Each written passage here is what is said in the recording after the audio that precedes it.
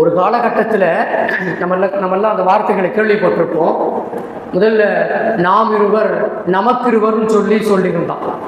வாகனங்கள் கூட லாரிகள்லாம் அப்போ உள்ள லாரிகள்லாம் பார்த்தோம்னு சொன்னால் பின்னாடி அதை கண்டிப்பாக எழுதி வச்சிருப்பான், நாம் இருவர் நமக்கிருவர் அப்படின்னு சொல்லிட்டு. அப்புறம் கொஞ்ச காலம் போச்சு. பிறகு என்ன பண்ணான்னு சொன்னால் நாம் இருவர் நமக்கு ஒருவர். 2 பிள்ளையை கையில் பிடிச்சிக்கிட்டு இருந்ததை ஒரு பிள்ளையா மாற்றினான். இந்த பக்கம் அம்மா, இந்த பக்கம் அத்தா, நடுப்புற பார்த்தா ஒரே ஒரு பிள்ளை இருக்கும். அன்றைக்கினியவர்களே, அப்புறம் அதே வாசகத்தை இப்படி மாற்றி போட்டான், எனக்கு நீ உனக்கு நான், எனக்கு நீ உனக்கு நான்.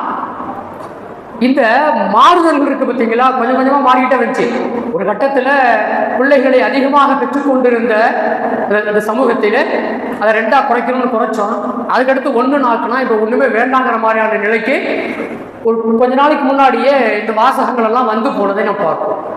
நம்ம எடுத்து பேசுகிற இந்த தலைப்பிற்கும் இதற்கும் என்ன சம்பந்தம் அப்படின்னு சொன்னால், அன்றைக்கினியவர்களே, பெண்களுடைய அந்த குழந்தை பேறு காலம் என்பது ஒரு குறிப்பிட்ட காலத்துக்கு உள்ளார்தான், ஒரு குறிப்பிட்ட காலத்துக்கு உள்ளார்தான் அவர்கள் திருமணம் செய்யப்படுகிற பொழுது அவர்களுக்கான அந்த பிள்ளை பேர் என்பது, பிள்ளை பாக்கியம் என்பது சரியாக கிடைக்கும். அது அந்த நாட்களை கடந்து, வயது கடந்து அவர்கள் திருமணம் செய்ய போகிற பொழுது சட்டத்தை போட்டு வச்சிருக்கிற மாதிரி 2 கூட கிடைக்காம, இல்ல சமயங்களில் 1 கூட கிடைக்காமல் இல்லாமல் போகிற நிலைக்கு பல பெண்கள் அதை அனுபவிக்கிறார்கள், பல தம்பதியர்கள் அதை அனுபவிக்கிறார்கள் அப்படிங்கிறத நாம பார்க்கிற செய்தி. இதனால என்ன ஆகுதுன்னு சொன்னா, பல உறவு முறைகள் அழிந்து போகிறது. குழந்தை பேரு குறைந்து போவதனால், குழந்தை பேறுகள் குறைந்து போகிற காரணத்தினால் உறவு முறைகள் என்பதும் அது அழிந்து கொண்டே போகிறது என்பதையும் நாம் நிதர்சனமாக பார்க்கிற செய்தி. இப்ப எங்க அக்காவுடைய காலத்தெல்லாம் நாங்களாம் 9 பேர், நாங்கள் 9 பிள்ளைங்க. இப்போ எனக்கு ஒரு வாழ்க்கையில் நல்லது கெட்ட சங்கடங்கள் அல்லது துன்பங்கள் அல்லது இன்பங்கள் அனுபவிக்கணும்னு சொன்னால் பாக்கி 8 பேரும் வந்து ஒன்றா இருந்து அனுபவிப்பாங்க.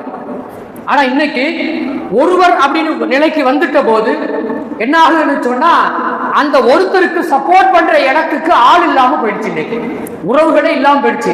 அவங்க திருமணம் முடிஞ்சு போகும்போது மாமன் மச்சான் என்ற உறவு இல்லாமல் போகிறது, அண்ணன் தம்பி என்ற உறவு இல்லாமல் போகிறது, சிறிய தந்தை பெரிய தந்தை, சின்னம்மா பெரியம்மா உறவுகள் எல்லாம் அங்கே கொஞ்சம் கொஞ்சமாக இல்லாமல் போகிறது என்பது நாம் முதலாவதாக பார்க்கிற ஒரு செய்தி.